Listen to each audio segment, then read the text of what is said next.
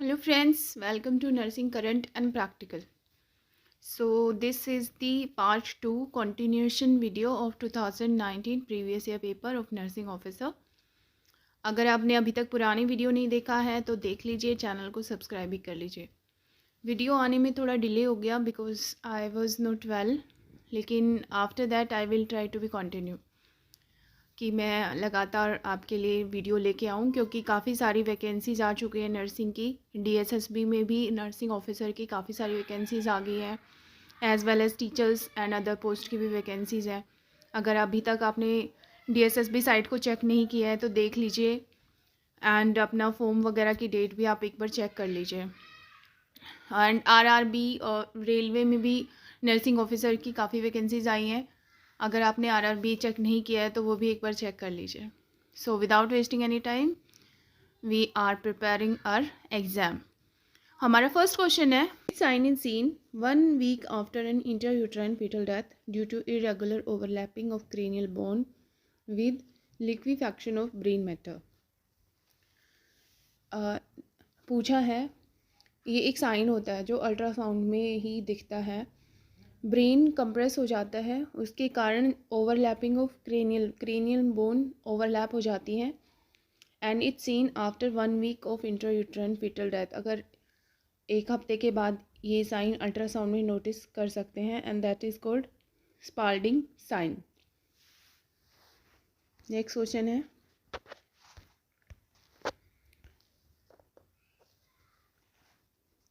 What is post mature pregnancy. Post mature pregnancy क्या है? So it's option 4, pregnancy that continue beyond 42 completed weeks। 42 weeks complete होने के बाद भी अगर प्रेगनेंसी कंटिन्यू है, that is called post mature pregnancy. Next question, which of the following initial nursing action to be performed when a nurse notice the umbilical cord protruding from the vagina while performing a vaginal assessment on a pregnant lady in labor। So question is, in a labor room, some lady is in labor and some nursing officer is assessing her, और उसको एकदम से देखते हैं कि umbilical cord is protruding from vagina। So उस situation में what should as a nursing officer do? So option 3, place the client in Trendelenburg position। Patient को ट्रेंडलबर्ग पोजीशन देना है। इफ़ एकदम से पेशेंट लेबर में है और अम्बिलिकल कॉर्ड प्रोट्रूड करता है तो उसको कॉर्ड प्रोलैप्स हो जाती है उस सिचुएशन, और उसको ट्रेंडलबर्ग पोजीशन देना है जल्दी से, and call to the doctor. Next है, what is the cord attach in a battledore placenta. Type of placenta होता है, तो पूछा है बैटल डोर प्लेजेंटा वाले टाइप में कोड कहाँ पर अटैच होता है। सो option 1, to the placental margin. Normally centre में होता है कोड अटैच, लेकिन जो बैटल डोर प्लेजेंटा है उसमें कोड साइड में अटैच होता है, to the placental margin. Next, what complication should a pregnant lady to monitor for who has admitted in hospital with a diagnosis of severe preeclampsia in last trimester? What complication should a pregnant lady monitor for? किस complication के लिए एक pregnant lady को monitor करना चाहिए अगर उसका pre eclampsia का हिस्ट्री है इन last trimester. Severe pre eclampsia मतलब उसका बीपी बहुत हाई रहता है। सो इसमें option 4 is right, evidence of pterygia and puerpera।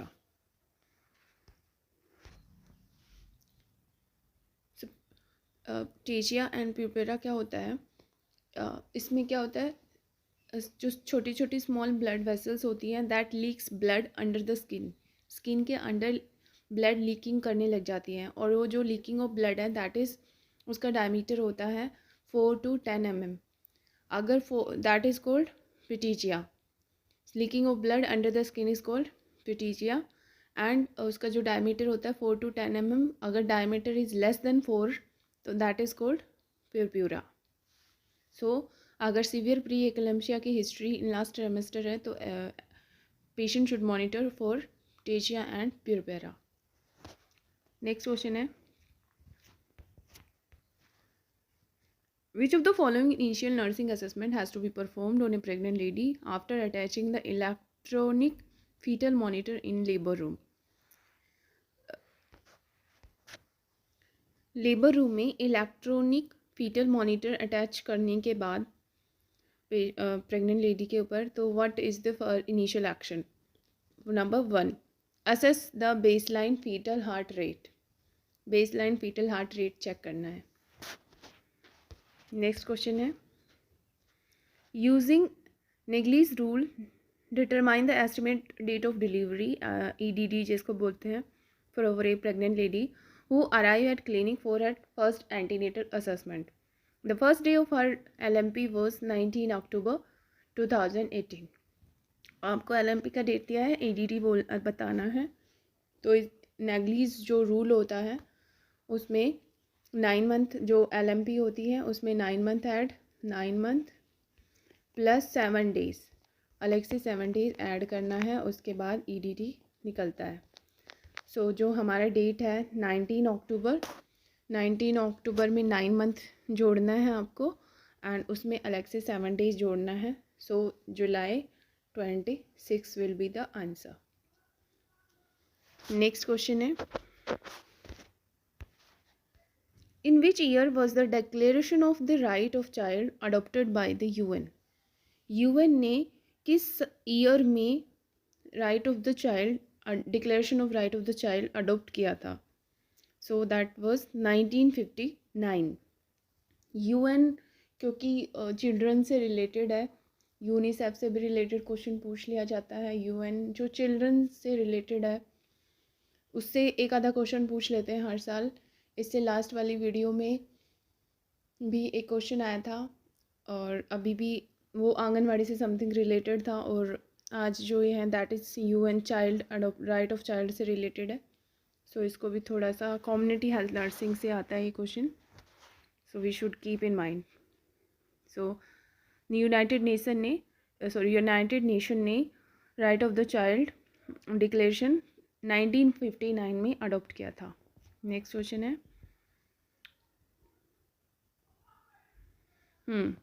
ऐसा भी होता है कि कई बार क्वेश्चन गलत भी होते हैं, तो जो ऑफलाइन एग्ज़ाम होता है उसमें तो that was not option, but जो ऑनलाइन एग्ज़ाम होते हैं उसमें एग्ज़ाम होने की जब आंसर की रिलीज़ होती है तो उसमें जो क्वेश्चन गलत भी हो जाते, एक दो क्वेश्चन गलत हो जाते हैं, तो ऐसा ऑप्शन उसमें लिख के आता है कि that is for this question description is found in question answer, so this question ignore for all candidate. इसके मार्क्स आपको सबको मिलते हैं, 1 मार्क्स सबको मिलेगा, चाहे किसी ने कोई भी ऑप्शन टिक किया हो। नेक्स्ट क्वेश्चन, एक आधा ही क्वेश्चन होता है ऐसा, that's in the. Next question है, what are the characteristics finding with regard to CSF after a lumbar puncture is performed on a child who has bacterial meningitis? Bacterial meningitis का child है who has a bacterial meningitis, उसका lumbar puncture हुआ है, तो lumbar puncture के बाद CSF में what finding should be, you will think, मतलब CSF किस फाइंडिंग्स का होना चाहिए in bacterial meningitis? So option 4, CSF is cloudy, elevated neutrophils, elevated protein and decreased glucose. So very straightforward question. Bacterial meningitis में जो CSF होता है वो क्लाउडी हो जाता है, इसमें इलेक्ट्रोलाइट जो न्यूट्रोफिल्स है एलिवेट हो जाता है, प्रोटीन भी एलिवेट रहता है and decrease glucose level decrease होता है। अदरवाइज जो नॉर्मल CSF होता है that is clear, CSF clear होता है, जो नॉर्मल होता है उसमें न्यूट्रोफाइल प्रोटीन लेवल नॉर्मल होता है और glucose also normal. Next question है, what is early onset neonatal sepsis? Early onset neonatal sepsis क्या होता है? सो option 4, infection that develop within 72 hours of born. जो इन्फेक्शन 72 आवर्स ऑफ बीइंग मतलब पैदा होने के 72 आवर्स में कोई इन्फेक्शन हो गया है, that is called early onset neonatal sepsis. 74 hours मतलब 3 दिन के अंदर अंदर कोई इन्फेक्शन हो गया है, सेप्सिस हो गया, so that is called early onset. Next question, ये हिंदी में यहाँ पढ़ सकते हैं। इन्फेक्शन जो पैदा होने के 72 घंटे के भीतर विकसित होता है। रेड बॉय टर्मिनोलॉजी किस कंडीशन से रिलेटेड है? सो option is 1, kwashiorkor. Kwashiorkor PEM protein energy malnutrition, जिन बच्चों में ब्रेस्ट फीडिंग नहीं हो पाता है उनमें PEM होने के चांसेस बढ़ जाते हैं। So why it's related red boy? क्योंकि जो क्वार्सिकोर के चिल्ड्रंस होते हैं उनके जो हेयर्स होते हैं that occurs reddish orange colour, उनके हेयर्स का कलर बिल्कुल चेंज हो जाता है, थोड़े सिल्की और डन बिल्कुल टूट जाते हैं, हाथ में लेते ही वो टूट जाते हैं और उनका कलर भी चेंज होता है रेडिश ऑरेंज कलर। सो उस कलर की वजह से इनको रेड बॉय, इस प्रॉब्लम को रेड बॉय से उसको टर्मिनोलॉजी दिया है red boy. It's related to reddish oranges hair. ऐसे उल्टा करके भी पूछ सकते हैं। क्वार्सिकोर में जो हेयर चेंजेस हो जाते हैं, हेयर कलर चेंजेस हो जाता है, उस कंडीशन को क्या बोलते हैं? Sir that's red boy. Next, which deformity of spine present as an increase roundness of the thoracic curve?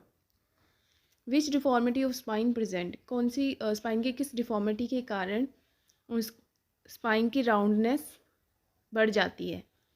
Usually S shape curve होता है स्पाइन का, लेकिन थोरेसिक रीजन में अगर उसकी राउंडनेस बढ़ जाती है तो उस कंडीशन को क्या बोलते हैं? That is called kyphosis. Option 3। Next question. So 20 question has completed.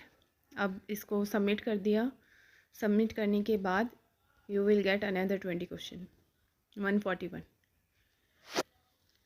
How much potassium chloride is present in oral rehydration solution? ORS। ORS में कितना पोटाशियम क्लोराइड होता है? Option 1, 1.5 gram. नेक्स्ट है,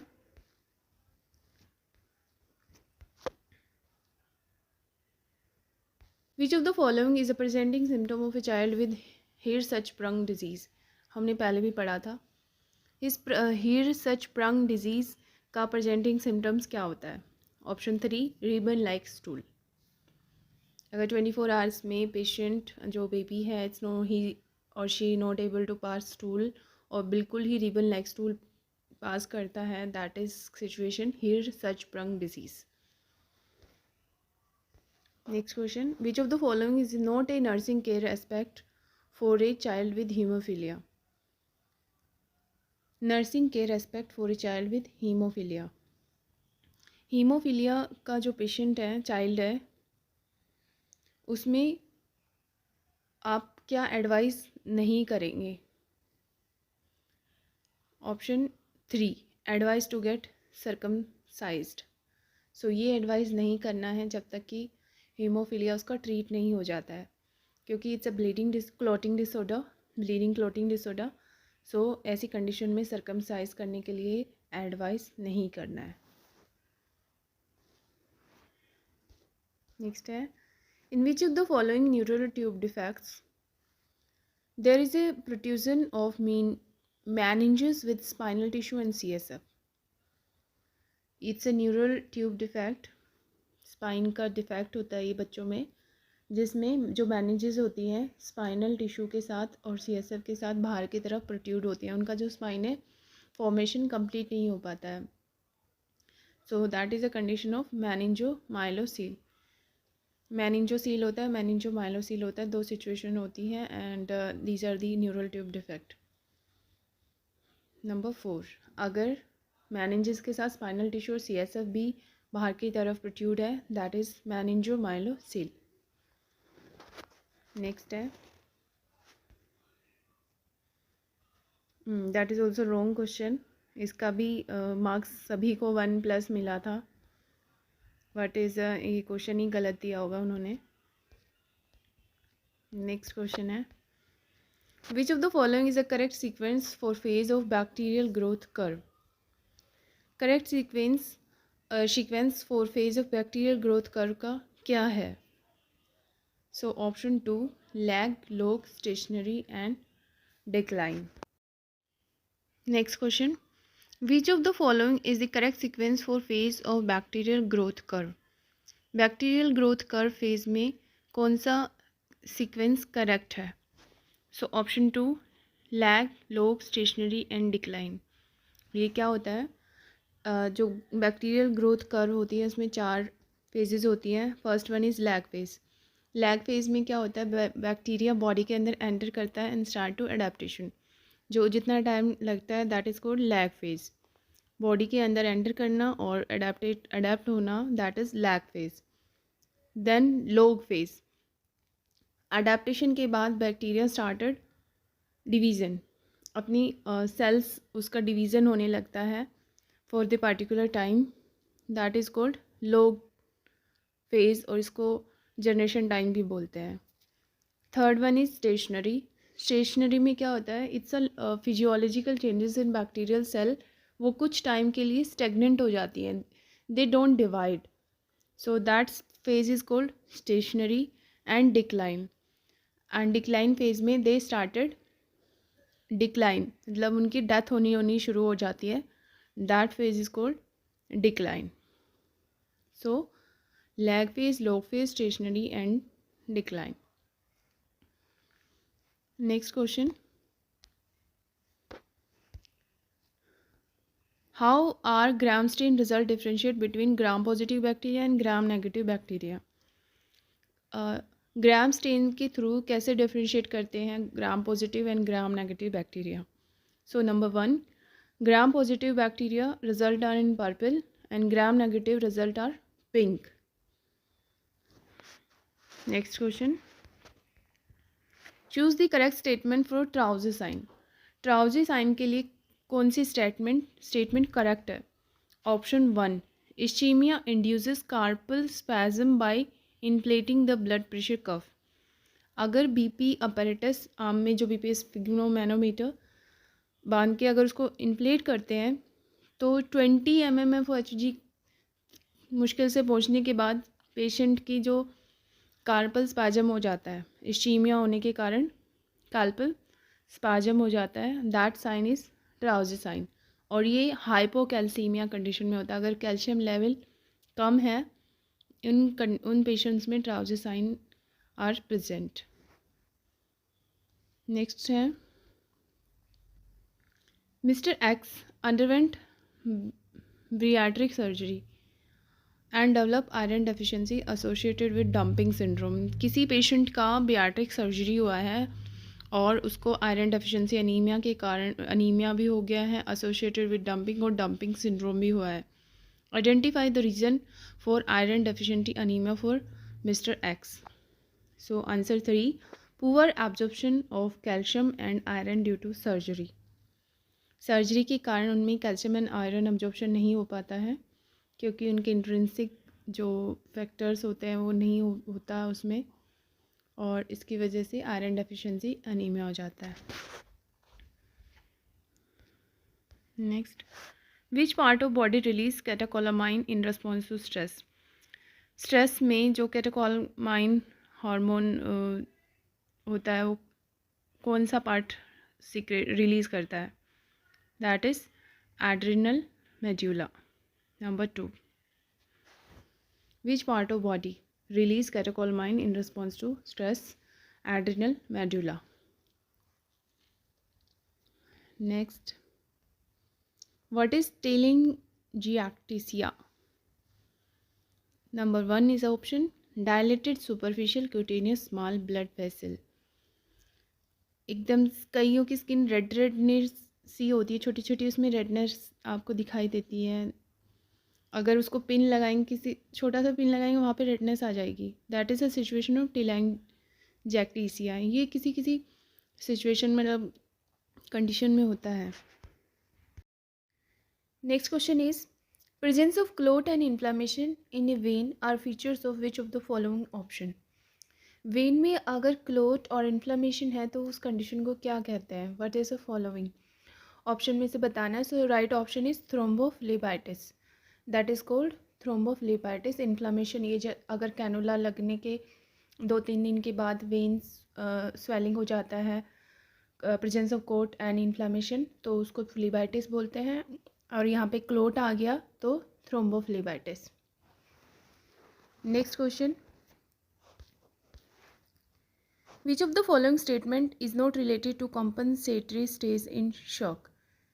कौन सी कंडीशन कॉम्पनसेटरी स्टेज से related नहीं है इन शॉक? जब शॉक में हो जाती है बॉडी किसी भी कंडीशन में, तो हमारा कॉम्पनसेटरी मैकेनिज़्म एक्टिवेट हो जाता है। मींस जितना भी ब्लड है वो वाइटल ऑर्गन्स को सप्लाई करने लग जाती है body as compare to non vital. तो जो इसमें नोट पूछा है, तो patient skin is hot and sweaty नहीं होगा। पेशेंट का स्किन कोल्ड एंड क्लाइमी होता है उस टाइम पे अगर बॉडी शॉक में होती है तो, क्योंकि जितना ब्लड है वो वाइटल ऑर्गन्स को देने लग जाती है बॉडी। तो option 1 is not related to compensatory stage in condition of shock. Next, what is a normal partial pressure of CO2? Carbon dioxide का पार्शियल प्रेशर कितना होता है ABG में? अगर आर्टेरियल ब्लड सैंपल को अगर चेक करते हैं तो PaCO2 कितना होता है? That is 35 to 45 mm of Hg। ABG से भी रिलेटेड बहुत क्वेश्चन बन सकते हैं। रेस्पिरेटरी एसिडोसिस, मेटाबॉलिक एसिडोसिस से बनाते हैं। उसमें pH level, partial pressure of oxygen, partial pressure of carbon dioxide. तो एक बार ABG भी आपको अच्छे से देख लेना है। नेक्स्ट है, how is a functional residual capacity, जिसको FRC बोलते हैं, मेजर? सो FRC का फॉर्मूला पूछ रहे हैं ये। FRC फंक्शनल रेजिडुअल कैपेसिटी 2 का कॉम्बिनेशन होता है। 1 is expiratory reserve volume plus residual volume. So ये लंग वॉल्यूम से रिलेटेड पिछली बार भी एक टाइडल वॉल्यूम से रिलेटेड क्वेश्चन हमने किया था और इस बार भी है। तो जो lung volume, expiratory reserve volume, inspiratory reserve volume, tidal volume, residual volume, ये सब ही वेरी इंपॉर्टेंट, तो ये भी एक बार पढ़ना ज़रूरी है। नेक्स्ट है, Mr. Roy is diagnosed with bronchial asthma and is being treated for the same with corticosteroid. What are the anticipated side effect? Mr. Roy जिनको bronchial asthma है, he is taking steroid because steroid is a primary treatment for asthma. लेकिन पूछा है इसके anticipated side effect क्या होते हैं steroid के? So option 3, osteoporosis, obesity and immunosuppression. steroid बहुत मतलब कंट्रोवर्शियल में रहता है। इतने बॉडी में बेनिफिट भी होते हैं लेकिन इसके साथ साथ साइड इफ़ेक्ट भी होते हैं। Osteoporosis, obesity and immunosuppression are very common side effect. अगर लंबे टाइम तक स्टेरॉइड चलता है तो ओस्टियोपोरोसिस हो जाता है।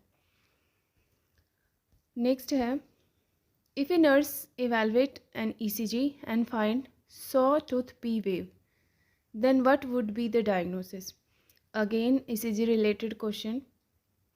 सो टूथ P wave, इसमें P wave का पैटर्न बताया कि saw tooth type P wave बना हुआ है ECG में, तो उस कंडीशन क्या डायग्नोस होगा उस कंडीशन में? सो option 4, atrial Flutter, that is called atrial Flutter. Atrial fibrillation, arrhythmia, atrial Flutter, T way, hypokalemia, MI। सो इनमें थोड़ा कंफ्यूजिंग होता है ECG, तो ECG इसमें से भी 1-2 क्वेश्चन ज़रूर आते हैं। So this is also very important topic, इसको भी एक बार रिवाइज ज़रूर करना है before exam. So we just taking idea, if possible मैं इसमें साइड बाय साइड वीडियो बना दूंगी जो जो important topic I am feeling it should be done, so I will make the further video. Next है, Osler node are a features of. Osler node किस condition में होता है? That is in infective endocarditis. Endocarditis अगर infective है उसमें Osler nodes होते हैं। सो आज की video I am stopping here. Next video में will try to finish all the questions Till that time, watch the video, subscribe the channel. Thank you.